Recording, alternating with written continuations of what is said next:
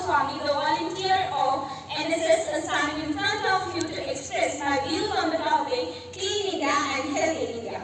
Friends, the quality of life in a country can best be determined by its cleanliness and health indicators. In fact, they are the measure of the country's progress. So to make our environment healthy and free from pollution, we must practice keeping our surroundings clean by not doing the activities that pollute the environment. Today, the disposal of garbage and waste materials on street and road poses serious threats of mankind.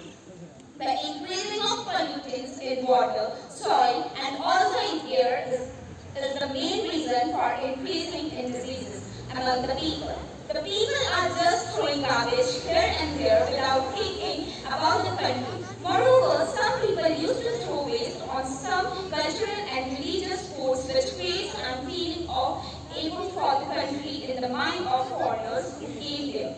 Due to uncleanliness, several pollutions occur. This causes diseases in humans, especially children suffer from this. Also, there is a huge growth of mosquitoes. Our surrounding area get polluted and thus social health is affected. Uncleanliness also increases the amount of germs in the environment. Our health is affected in countless ways by the unclean environment we live in.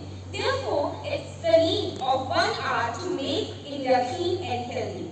There are a number of ways by which we can keep our India clean. The foremost one includes carrying the poly bag wherever we go. We must pay a lot of attention to cleaning ourselves, but we don't care about the environmental cleanness. So it's very necessary to spread public awareness regarding clean and healthy India. At last, I want to conclude my speech by saying that Swachh Bharat होगा हमारा, यही है लक्ष्य हमारा. स्वच्छ भारत होगा हमारा, यही है लक्ष्य हमारा.